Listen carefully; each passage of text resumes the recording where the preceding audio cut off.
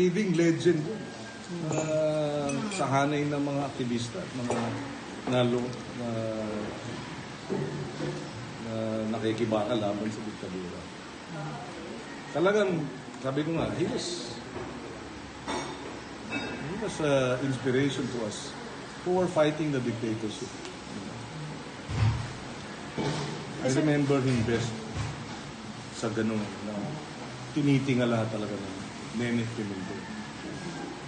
Para walang katumbas. Unequal yan. Wala nang makaka-replace sa kanya, sir, no?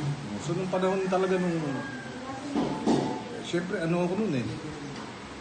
Galit ako nun dahil agitated ako nun. Pero pagka Nene Pimentel, yan ang isa sa mga